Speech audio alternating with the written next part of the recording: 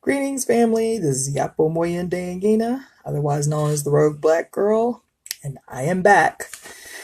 I deviated from the plan yesterday, but I worked a very long day and didn't get home till very late. So, as promised, I am going to finish this book today,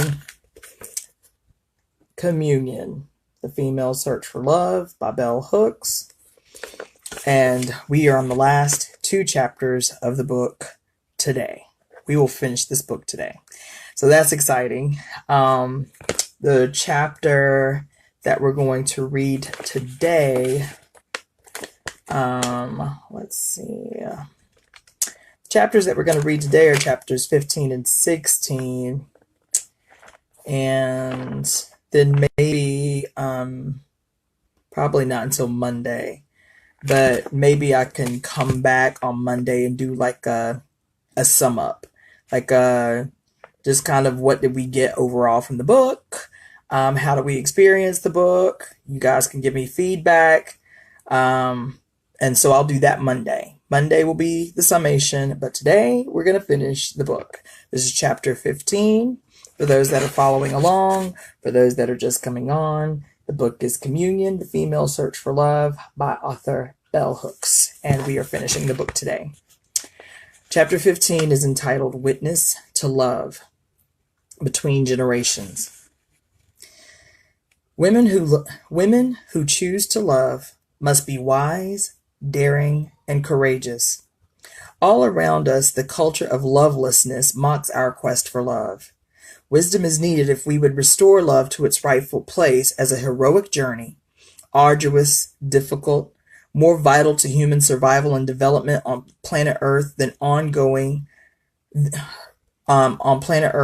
going off to slay mythical dragons, to ravage and conquer others with war, or all other forms of violence that are like war.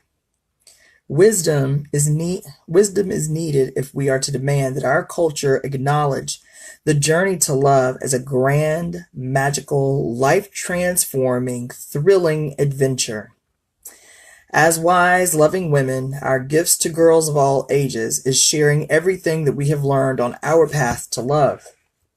I say girls of all ages because just as pathological patriarchy has for generations encouraged men to remain emotionally crippled adolescents, there is a new breed of young women, the Ally McBeal, Sex and the City kind of females, who are also being encouraged to remain in a state of arrested development to be emotionally underdeveloped adolescent girls forever.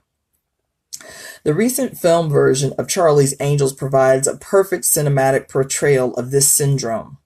In the working world as the well-paid servants of the patriarchal man behind the scenes, Charlie, the angels conduct themselves as the equals of or superiors to men. Whether in intellectual skills or in killing strategies, they murder as unemotionally, as brutally, and as swiftly as any macho man. But when it comes to romance, to love, they dither and tither and giggle like girls. They lose their minds and their perspectives, behaving like underdeveloped adolescents in the sexual allure that ensures the angels will receive desired, patriarchal adult male attention. These images send the message that to be an emotionally healthy adult woman is to be undesirable.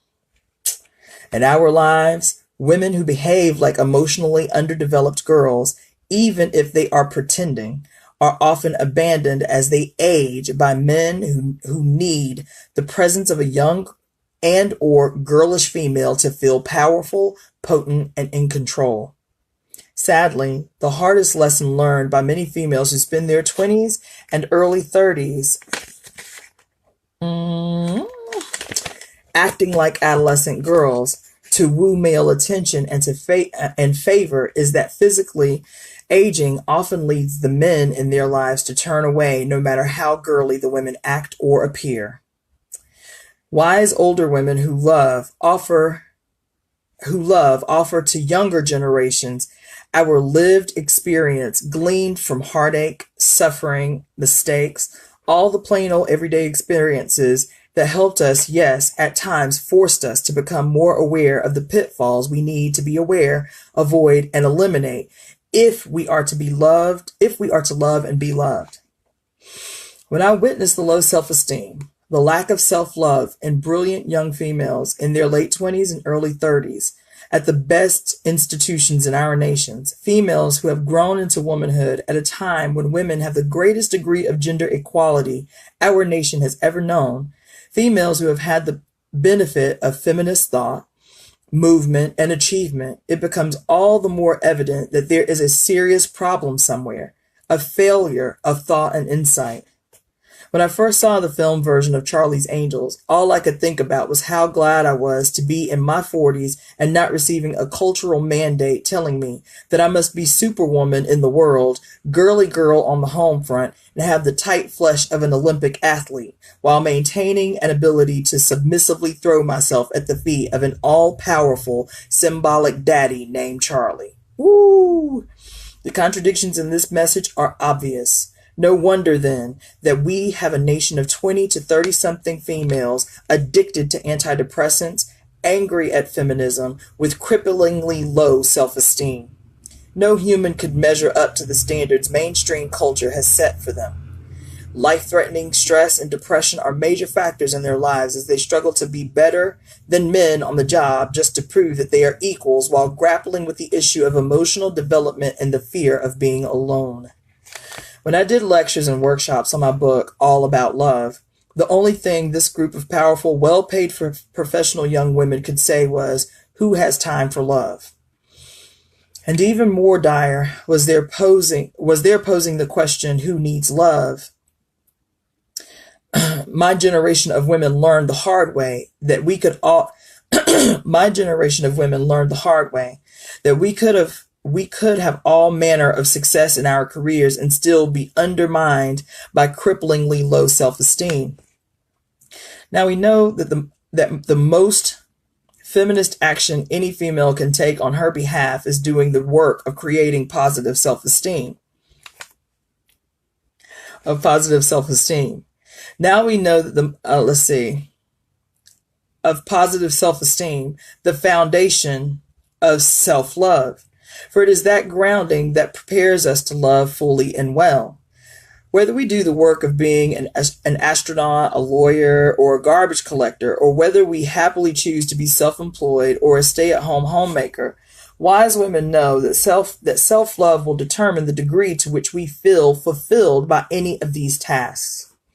This is why longtime feminist activist and therapist Phyllis Chesler writes in Letters to a Young Feminist, quote, "In my time, older women told younger women very little about what it takes for a woman to become whole, stay whole, and survive. If they had, we'd have understood a while ago that our first and greatest search should have been for ourselves, not for a prince or princess, no matter how charming." End quote. Early on within the contemporary feminist movement, it was easier to blame patriarchy for all of our female woes, rather than look within to see the ways in which we failed ourselves, the ways we self-sabotage. Indeed, there is now a whole generation of individual women who came through feminism, who fought the good fight, who prevailed in all areas of lives, who suddenly in midlife embraced anew old sexist ways of thinking about femininity. All around the world, females were shocked when activist Jane Fonda retreated into being a subordinated rich man's wife. Most recently, she has come to her senses and is now telling the world in popular fashion magazines how boring it was to give up on herself. Yet her betrayal of feminist thinking, of her own efforts to construct healthy self-esteem that is not based on whether you have a powerful Charlie man in your life, has received far more attention than her confession that being a self-actualized woman in charge of her life is far more fulfilling than standing by your man, even if he is one of the richest men in the world. As Fonda put it, all this power just made him all the more, quote, demanding of her time, of her space. The relationship was engulfing. How can anyone be genuinely surprised by the outcome of this bonding, since it represents the traditional patriarchal model of marriage, the wife being absorbed into the identity of the husband? Importantly, there are powerful 20 and 30 something new women who are in marriages in which they are the dominant parties. They make more money than their partners and also make unilaterally the lion's share of decisions for the couple. These, quote, bitch goddess girls often rule and have the power to assert dominion in ways that patriarchal husbands once did, setting the terms my way or the highway. That they gain their power at the expense of male subordination is not a reflection of feminist success. It is a mark of the failure of feminist thinking to change the dominant patriarchal notion that in every relationship there is a dominant and a submissive party. Woo. Sadly, I have found that heterosexual couples and their role-playing gay counterparts are often far more willing to reverse roles than to give up on the notion that there should be a hierarchy in which one person is on top and the other person is at the bottom. In the aftermath of feminist change, it has become most evident that few couples are willing to do the work of love that would make mutual joy possible in partnerships. Since so many young women and men, as well as their elders, do not know how to love, it is easier to strike a bargain using the old norms of top and bottom, of dominant and submissive. Mutuality, like love itself, must come through work. Wise women know that the happiest, most fulfilling, committed partnerships, legalized via marriage or not, are those in which mutuality is the core value, in which the spiritual growth and development of each individual matters. Building the emotional space where mutuality can emerge takes time. Wise women who love know we have to leave time for love. Most folks will say that their loved ones matter most to them. But when you look at what they actually do with their time, it becomes evident that what they claim to love the most receives the least attention. Woo! Women and men, girls and boys must restructure how we spend our time if we want to be loving. We cannot be overachievers and perfectionist performers from kindergarten on in our public lives, the world of school and work, if we are to learn how to love, if we want to practice the art of loving. Genuine love requires time and commitment. Self-love takes time and commitment, particularly on the part of those who are wounded in the space where we would know love in our childhoods. New women today, the late 20s and 30-something crew, are as reluctant as their patriarchal male counterparts to make time for love. Wise, aging women know that one of the keenest regrets a large number of females experience in their lives is failure to understand early the power and meaning of love. Not only would that knowledge have afforded an understanding that would have prevented them from ending up emotionally abused and battered, it would have ushered true love into their lives sooner rather than later. My hope for younger generation of women is that they will examine the unfulfilled spaces of their lives soon and boldly, unabashedly choosing to do the work of love, placing it above everything else. Again and again, it must be stated that when I talk about doing the work of love, I am not talking simply about partnership. I am talking about the work of self-love in conjunction with the work of relational love. Visionary feminist thinkers were among the first group of people to call attention to the disservice we women do to ourselves when we act as though it were important only to find the right partner, someone to love, rather than to choose a circle of love. When we place emphasis on building a beloved community, of which having a partner may be an essential part, but not the whole, we free ourselves to lead joyous lives as single folks, and sometimes, if not always, as celibate folks. Shit. Celibacy is often a liberating, self-loving choice among women whom among women for whom the search for sexual pleasure has consistently led them down a self-sabotaging path. Lord, get this woman. Oh my God, get this woman. Damn it. I'm going to read that again just in case y'all didn't hear what the hell I said. Oh my God. When we place emphasis on building a beloved community, of which having a partner may be an essential part, but not the whole, we free ourselves to lead joyous lives even as single folks, and sometimes, if not always, as celibate folks. Celibacy is often a liberating, self-loving choice among women for whom the search for sexual pleasure has consistently led down a self-sabotaging path. Oh my God.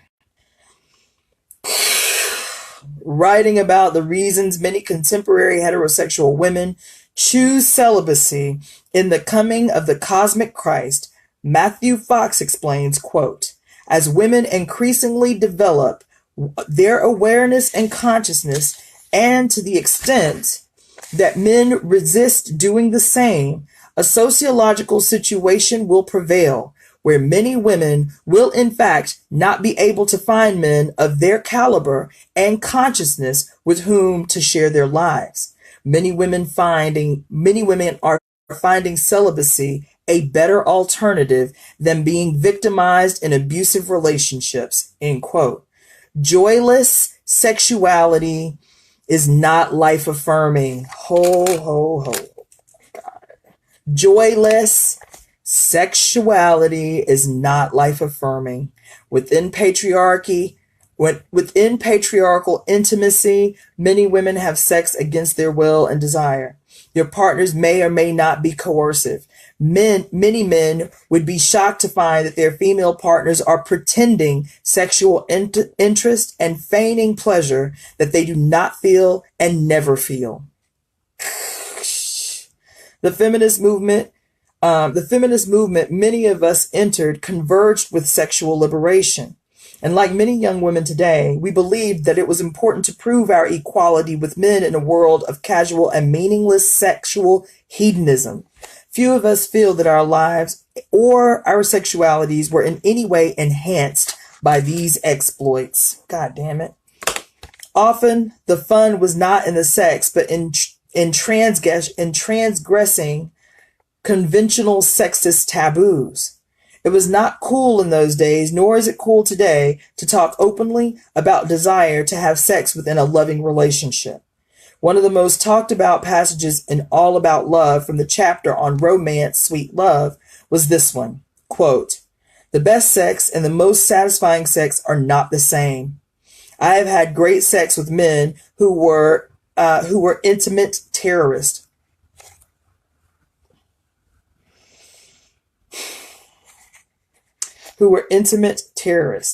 Men who seduce and attract by giving you just what you feel your heart needs, then gradually or abruptly withholding it once they've gained your trust. And I have been deeply sexually fulfilled in bonds with loving partners who have had less skill and know-how.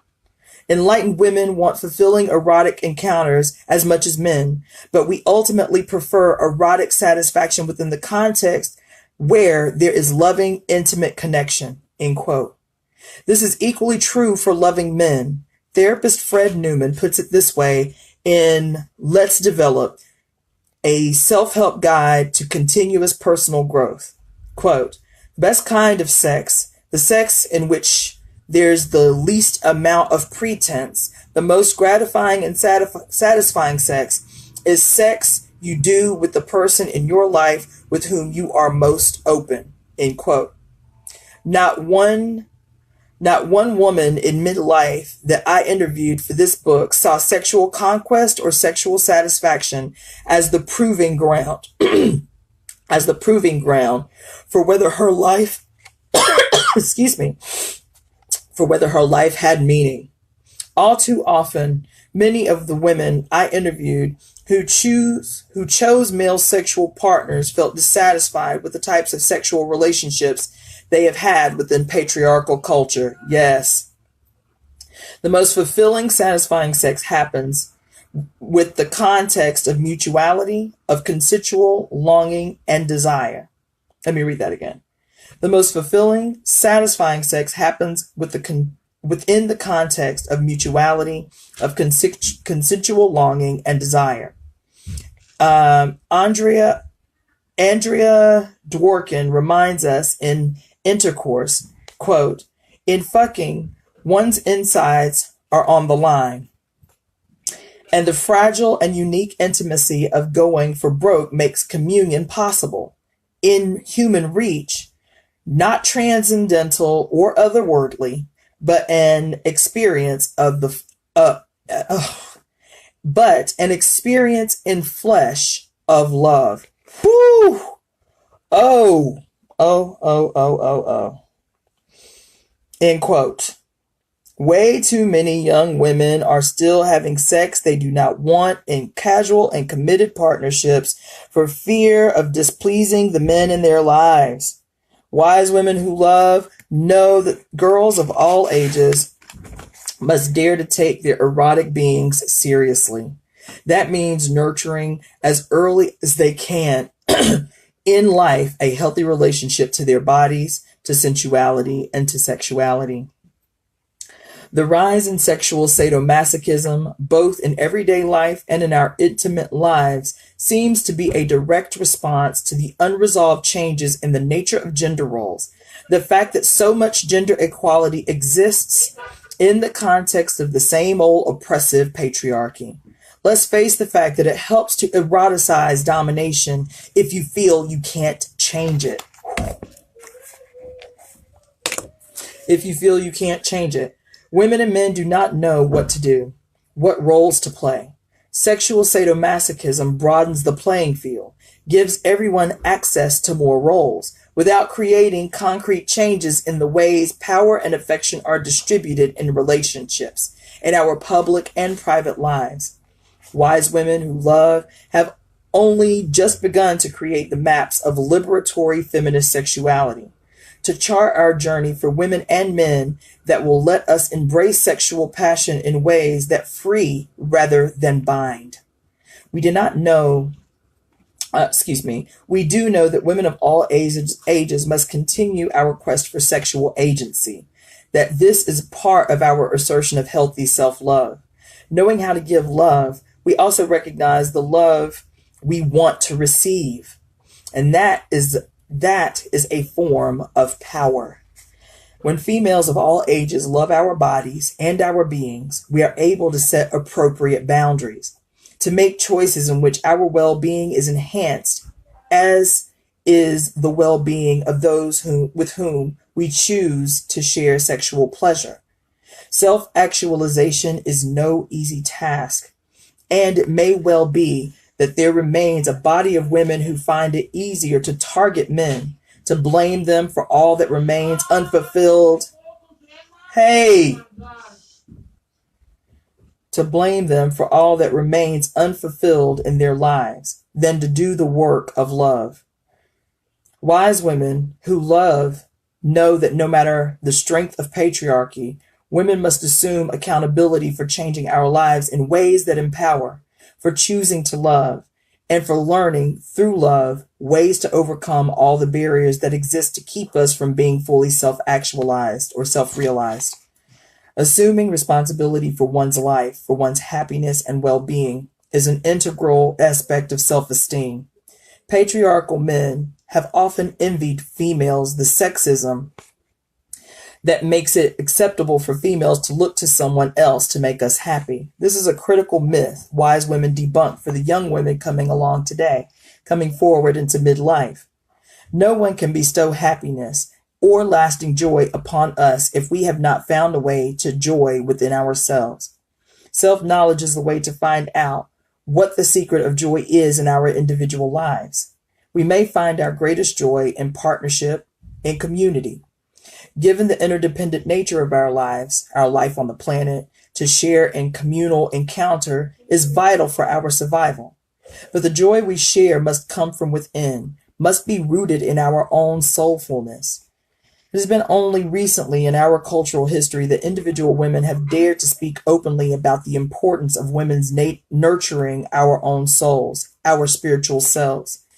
The bashing, the bashing feminism gets in popular media. The bashing feminism gets in popular media keeps many folks from knowing that contemporary feminism served as a catalyst for spiritual awakening for many women by telling them that the care of their souls mattered. Celebrating a woman-centered spirituality that honors the earth, that the interconnectedness of all life on the planet, and Lost in the Land of Oz, Madonna Kolbenschlag praises the feminist quest for union with the divine, for a spirit-filled life.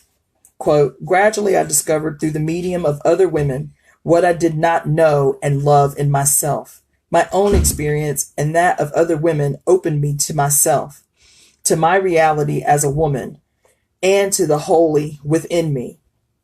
I have learned in the company of whole and holy women to exercise the unreal, to celebrate and ritualize the true and the real, to speak and have a new language, to feel the spirit through flesh and matter, to see everything from within as if creation were the womb of God, where, although we experience darkness and obscurity, there is also a warmth, nourishment, movement, growth, connection, and delight.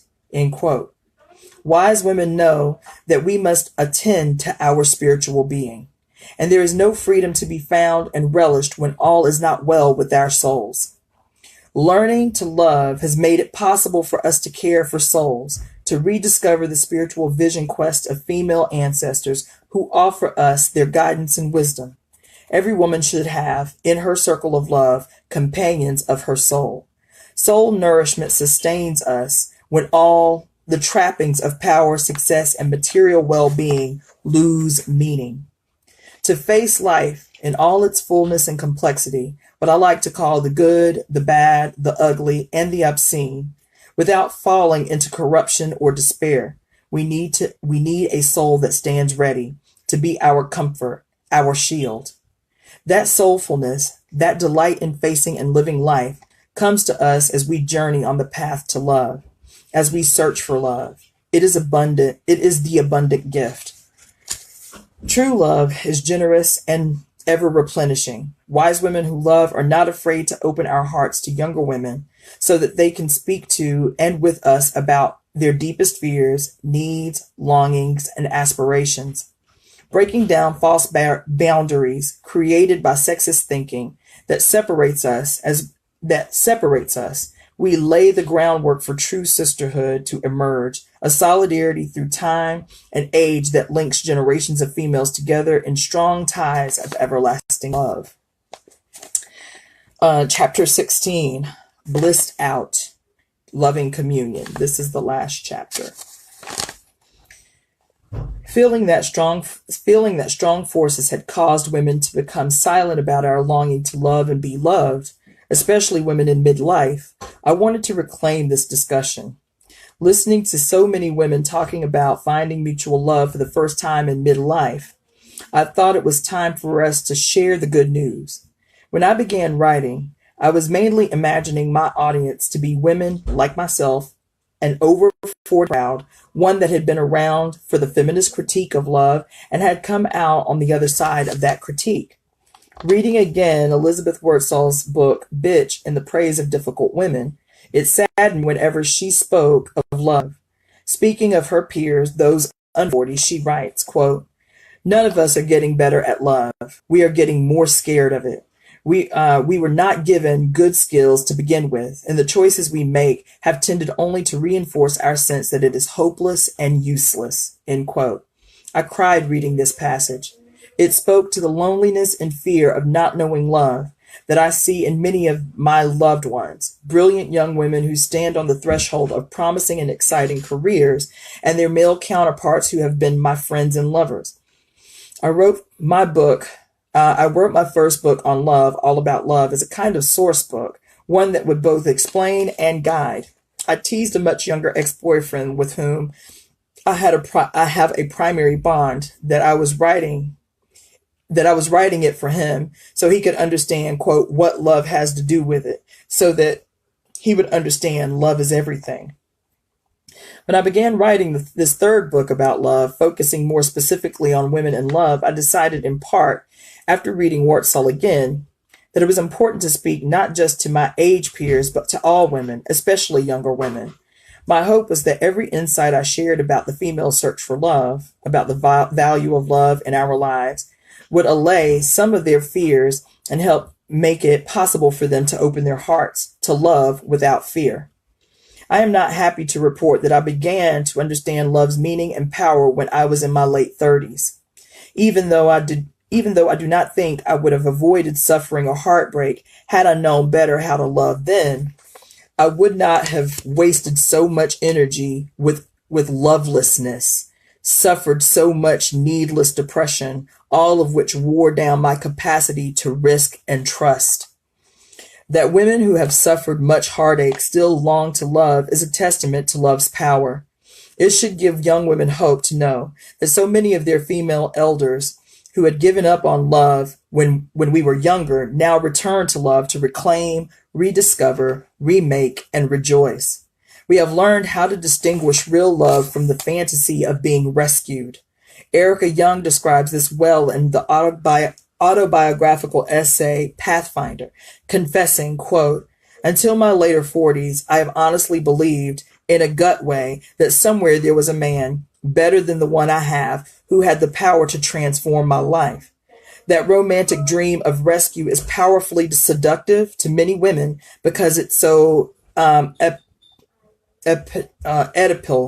the fantasy of an all-powerful parent who will take care of you forever. The greatest freedom I have now is that I no longer believe that anyone else can save my life, end quote.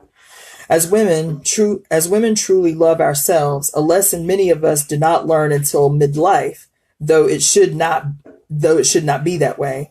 We see how easy it is to save ourselves, to choose our own salvation. One day the world will be utterly changed and young females will find the path to love early in life. Now, it is still the case that many of us come to love through suffering that awakens us and demands that we take a deeper look at our lives. This suffering, rarely chosen, is in its own way a preparation for passion. The root meaning of the word passion is to suffer. Damn.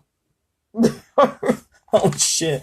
Passions we choose are different from those inflicted upon us because we are naive, ignorant, or desperate.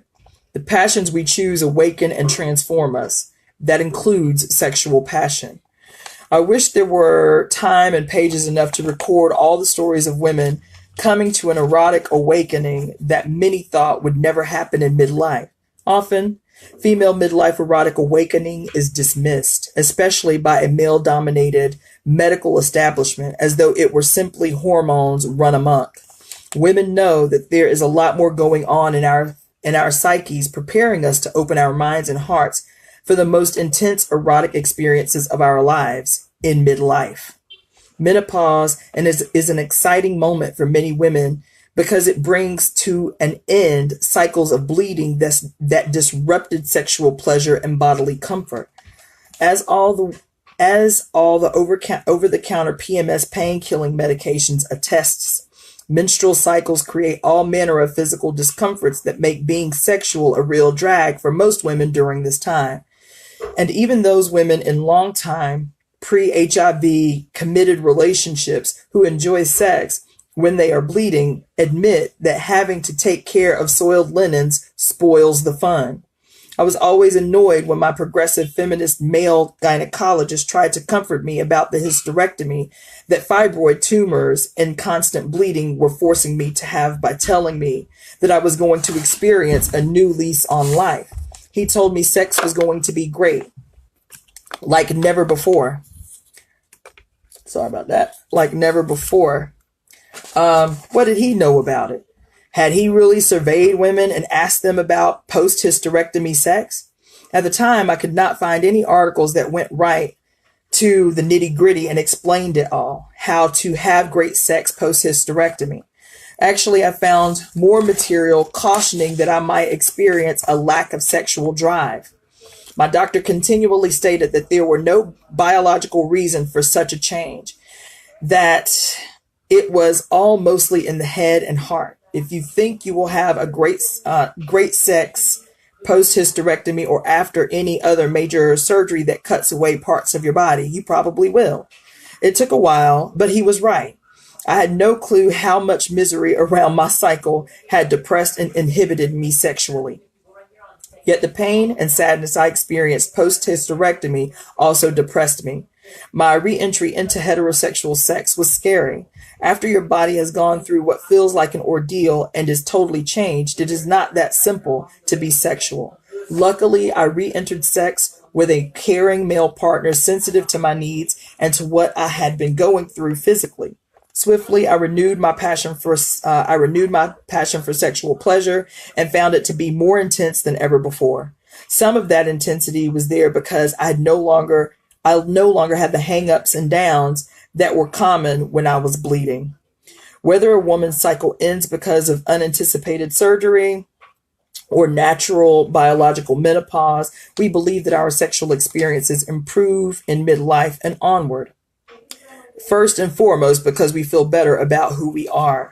In Beth Botanovich's book, What We Know So Far, Wisdom Among Women, a collection of interviews with women who are in midlife and beyond, all the women testify that it is greater self-knowledge that enhances their lives. They are clear about who they are and what they want. And most important, they are willing to take the risks necessary to bring new pleasure and joy into their lives.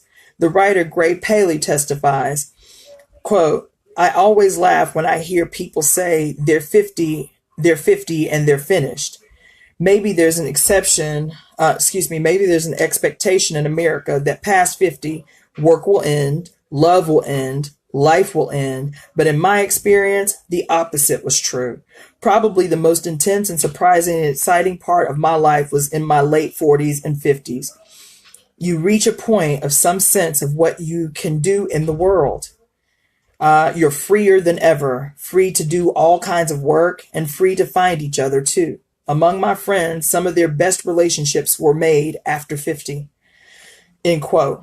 When I reached 40, I began to listen with greater awareness and intensity to the wisdom of women in their 50s and older, because I felt that they would give me the best and most realistic sense of the possibilities ahead.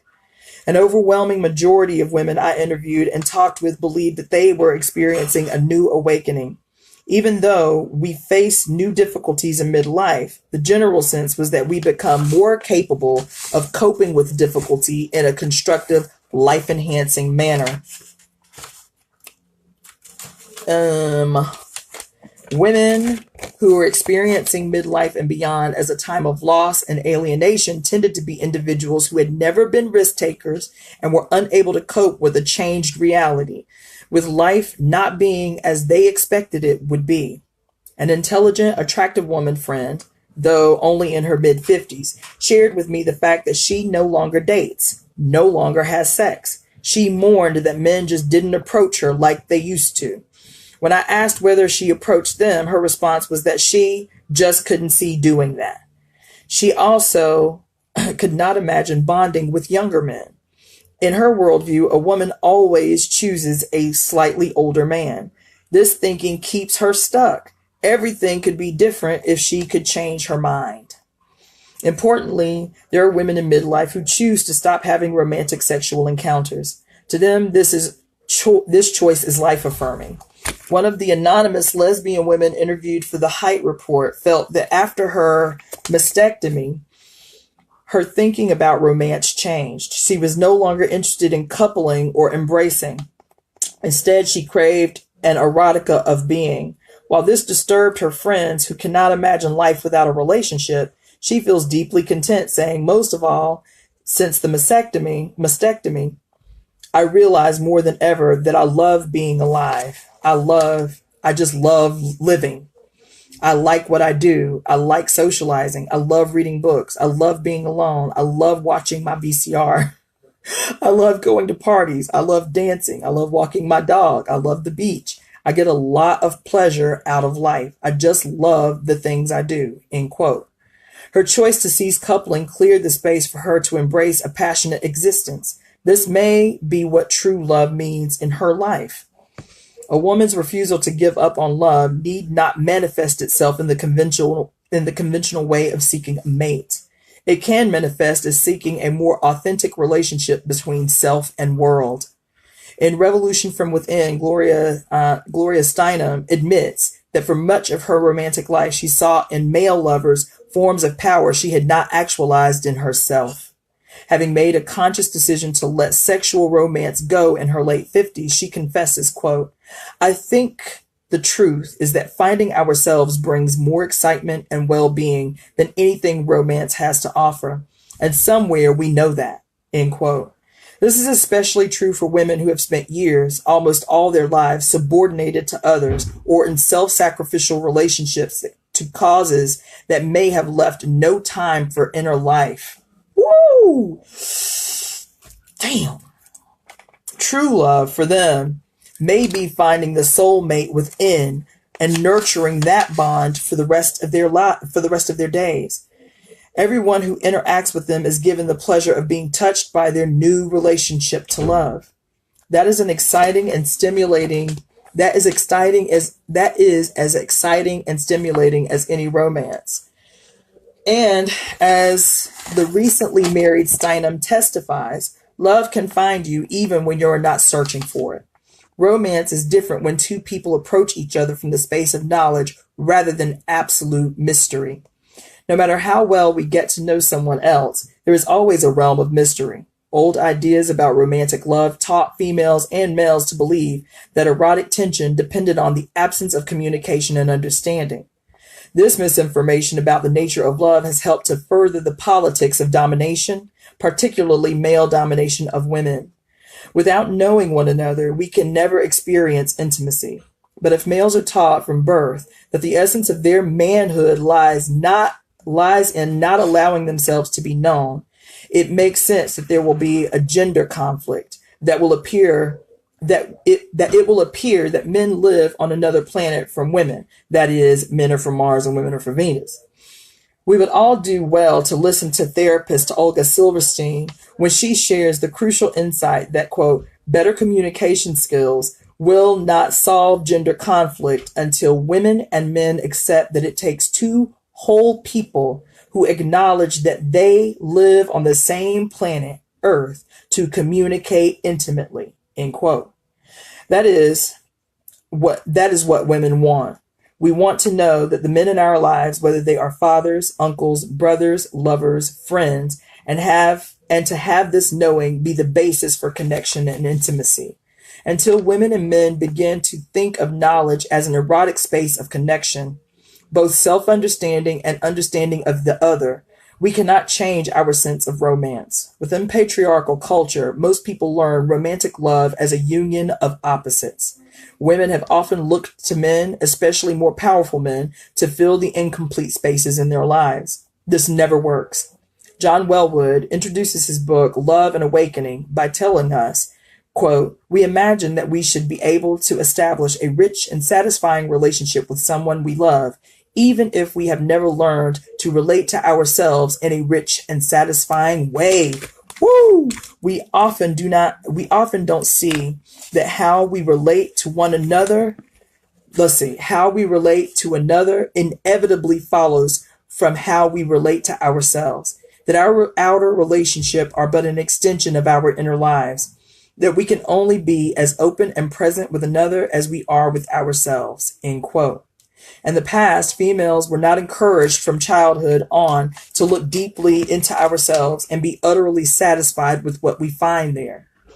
And it is still the case, as all the scholars of girlhood are reminding us, that the thoughtful, introspective girl is not as encouraged in her quest for selfhood as her male counterpart. Women in midlife offer to younger women the truth of our experience. Love comes only as we find love within. To risk self-knowledge is to begin love's journey. Many women found or find love late in life because it took that long for us to awaken, to go back and to do the original work of love, that is, the cultivation of care, knowledge, respect, and responsibility in relation to the self. When we do this work earlier in lives, we have the skills that make loving and receiving love possible.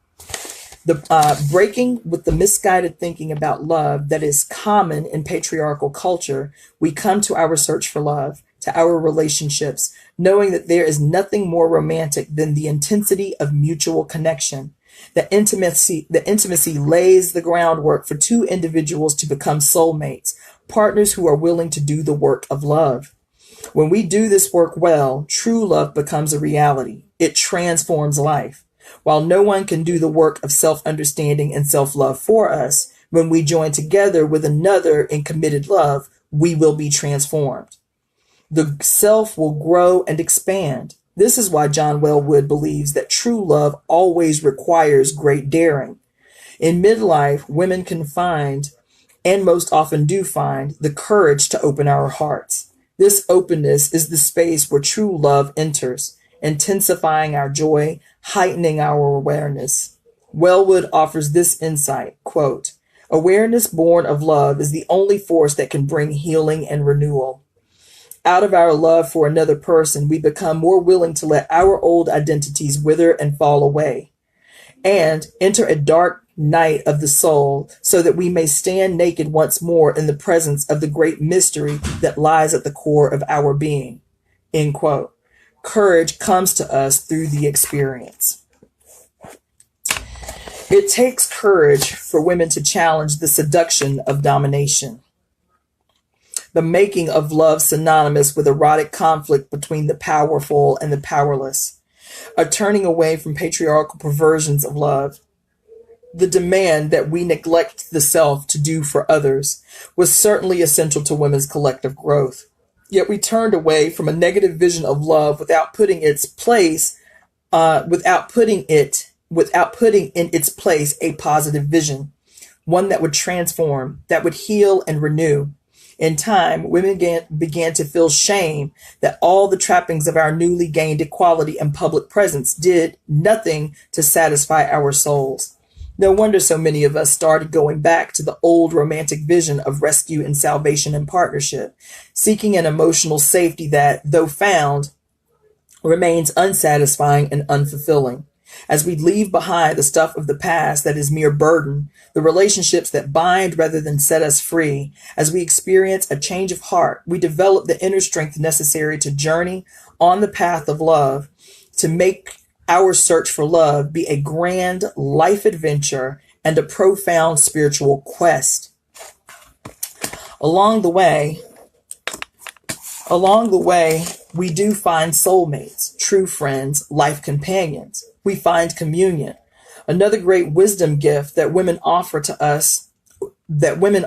those who have not yet discovered its pleasure is the wisdom that it is better to know the joy of dancing in a circle of love than to dance alone. While a romantic partner and or soulmate may bring us joy, we add that joy to love already shared with all those who are truly primary in our lives, the circle of people to whom we turn, who turn to us, knowing that they will find us eternally there. No matter how sweet the love between two people, we ask too much if we demand that this relationship and this one other person be everything. Whoo! Yes. Yes. And the truth we hold close is that love is everything. And that because love has this power, it is always there within us, within those we love. It offers to us the possibility of ongoing communion. To commune, we come together and share our gifts, illuminating this insight in the eros of everyday life. Susan Griffin explains, quote, "To exist in a state of communion is to be aware of the nature of existence. This is where ecology and social justice come together, with the knowledge that life is held in common. Whether we know it or not, we exist because we exchange, because we move the gift. And the knowledge of this is as crucial to the condition of the soul as its practice is to the body. End quote. It is only fitting that we, women having come so far in demanding recognition of our humanity, our equality, our gifts, and daily reaping of the benefits of this struggle, wisely call for a return to love. Women in love offer to the world our inner gifts, seeking companions to share mutual regard and recognition, a communion of souls that will sustain and abide. And that, my friends and family, is the end of this magnanimous book, Communion, The Female Search for Love by Bell Hooks. Thank you so much for tuning in, for joining, and feel free to make suggestions for the next book. I am going to do another one. While we're on lockdown, I may as well. So this is the second book that I've done live on Facebook Live. The first book, which many of you still continue to write me about, is powerful. The Great Cosmic Mother, Rediscovering the Religion of the Earth by Monica Soju and Barbara Moore. So this is book number 2. I hope you enjoyed it. I would love to hear feedback, insights, because what I will do is Monday, I'm going to go through and look at some of the notes that I've taken while reading this book and give you some overall concluding feedback on my experience with the book. Feel free to join me. If anybody wants to Facebook Live with me, let's do it. I would love to get feedback on how people were experiencing the book. So inbox me, comment below. This is Iapo Moyende Angina, otherwise known as Rogue Black Girl, and I will see you again on Monday.